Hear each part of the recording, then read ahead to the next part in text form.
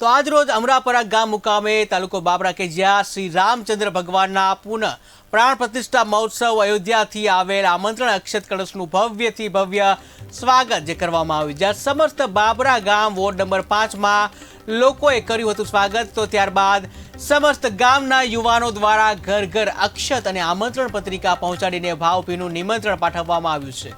આ તકે હિન્દુ સમાજના તમામ જ્ઞાતિના લોકો તેમજ મહિલા સત્સંગ મંડળો દ્વારા જે ખૂબ જ સુંદર ભવ્ય સ્વાગત કરવામાં આવ્યું હતું.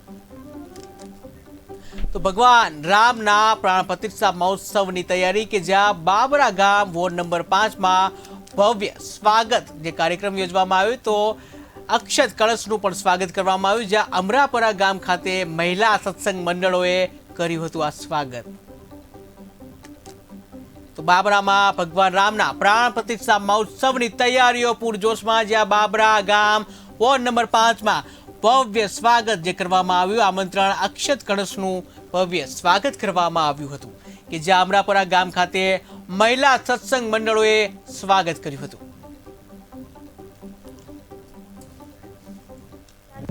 આપણા રામ અયોધ્યા માટે આપણું આયોજન કરવામાં આવેલું છે અને અમે અમારા ઘર સુધી આમંત્રણ પહોંચ્યું આ આયોજન માટે, એટલે આપણને ખૂબ ખૂબ અભિનંદન. અને અમે તે સમક્ષ સામૈયા કર્યા એટલા માટે ખૂબ ખૂબ અભિનંદન. અને આપણે આ તહેવારને દિવાળીની જેમ જ ઉજવવાનો છે, વાસ્તે ગાસ્તે. બોલો જય જય શ્રી રામ.